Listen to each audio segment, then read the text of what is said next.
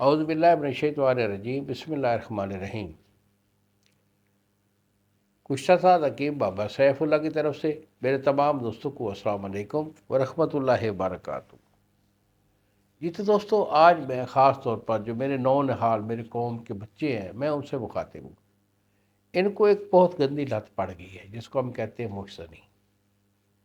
دیکھو، بوش زنی جو ایک فعل ہے، یہ بڑی کبھی حرکت ہے۔ اللہ اور کے رسول صلی اللہ علیہ وآلہ وسلم نے ہمیں برائی اور برے کاموں سے منع فرمایا ہے، اور یہ جو فعل ہے یہ برے کاموں کی برائی کی جڑ ہے، اور اس کا بہترین جو حل ہے وہ جسم کی پاک بازی، باوضو رہنا اور نماز پڑھنا، قرآن پاک کا سبق پڑھنا، یہ بہت ضروری چیزیں ہیں۔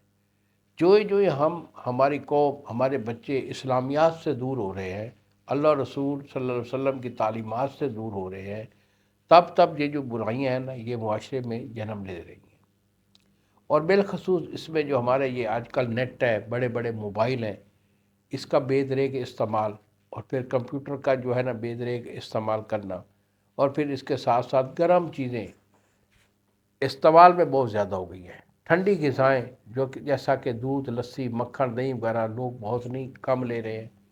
گرم چیزیں، مرغن چیزوں میں بڑی بڑی ایٹم مارکیٹ میں آئی ہوئی ہیں، چٹپٹی دار، مسالے دار کے شوقین حضرات وہ لیتے رہتے ہیں۔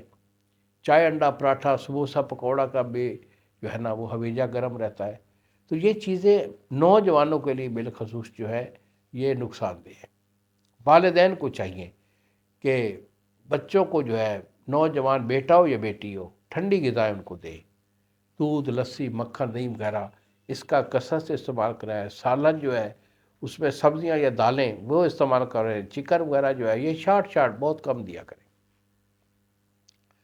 تو یہ چیزیں جو ہے نا اس موجب بن رہی ہیں اس بوش زنی کا، کیونکہ بچے نوجوانی میں ان کا مزاج ویسے گرم ہوتا ہے، اور ہیٹڈ خوراک جب یہ کھاتے ہیں تو پھر اسے برداشت نہیں کر پاتے، اور اس کی وجہ سے ان سے غلطی سرزد ہو جاتی ہے، اور پھر جب یہ غلطی کر بیٹھتا ہے بچہ تو پھر اس پہ لگ جاتا ہے، اور عرصے تک بوش زنی کرنے والا بندہ جو ہے وہ بالکل مفلوج ہو کے رہ جاتا ہے۔ دماغی کمزوری، اعصابی کمزوری آ جاتی ہے، سبق انہیں پوری طرح پہ یاد نہیں ہوتا، اور اس کے بعد ان کا دل کمزور ہوتا ہے، جس میں دل پھڑکنا، سانس کا پھولنا، یہ چیزیں شامل ہو جاتی ہیں۔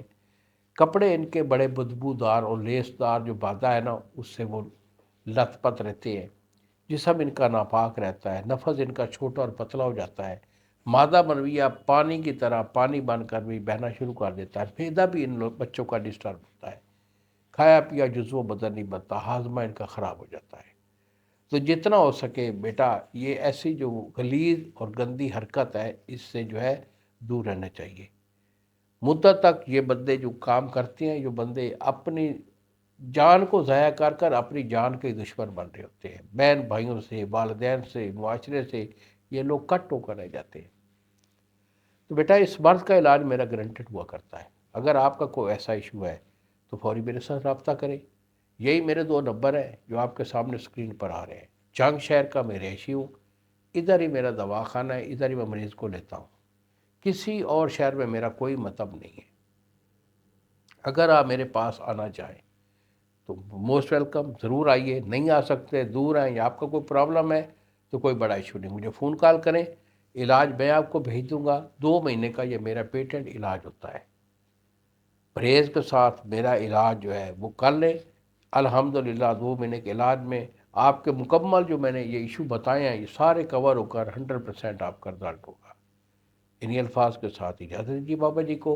السلام علیکم ورحمۃ اللہ وبرکاتہ۔